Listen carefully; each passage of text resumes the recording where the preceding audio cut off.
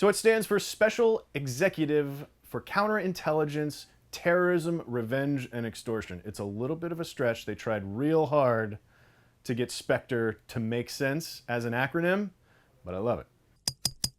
Now, I've made no secret that I am a huge James Bond fan here on the channel. I've gotten some corrections on some of my James Bond claims in the comments below, which I love. Keep those coming if I screw something up. But what I'm really excited about right now is the announcement from last week that Bond 24 is officially going to be called Spectre. So Skyfall did an amazing job of transitioning from like classic James Bond stuff into a more modern moviegoer friendly kind of tone. You had a great villain, you had this plot to bring down MI6, that's all great things that are true to the original Bond. They had the car, you had the score, it was all really great classic Sean Connery kind of stuff.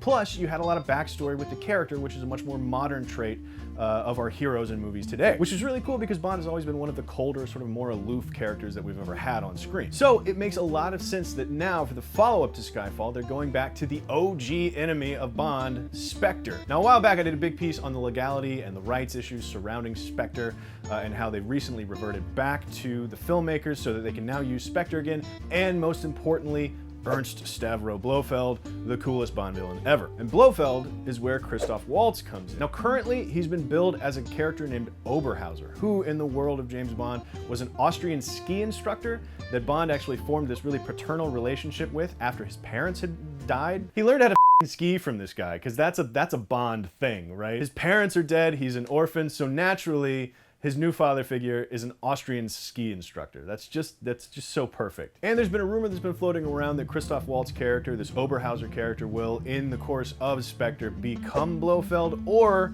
it's just kind of a double blind to throw us off the scent in the first place, whereas Oberhauser is not going to be in the movie and Christoph Waltz is just going to play Blofeld, and they're using a canonical name to kind of, you know, throw us off the scent. Either one seems pretty likely to me, but I give a slight edge to Oberhauser becoming Blofeld. After Skyfall, when Bond kind of exorcised some of his childhood demons by blowing up his whole house, and then, you know, it would be interesting to see, you know, more of Bond's past coming back to haunt him.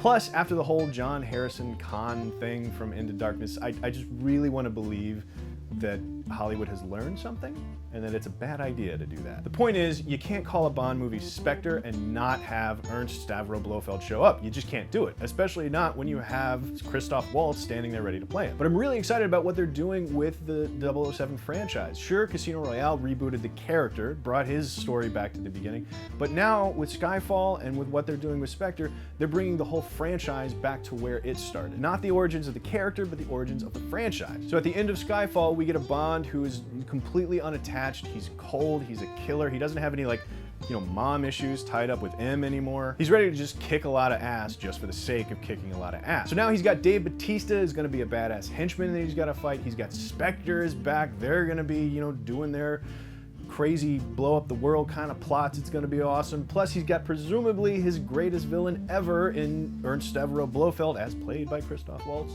probably. It's just a great time for the 007 franchise. Plus we just haven't seen Blofeld since he got thrown down a smokestack by Roger Moore, and that was just the most unceremonious way for Blofeld to leave the Bond franchise. So him coming back in a big way is super important to me personally. Point is, let me know what you think about it in the comments down below. Click like and subscribe. Come back next time for more movie news on Cinefix Now. It's like they wanted to be called Spectre and then they reverse engineered the name because the name barely makes sense.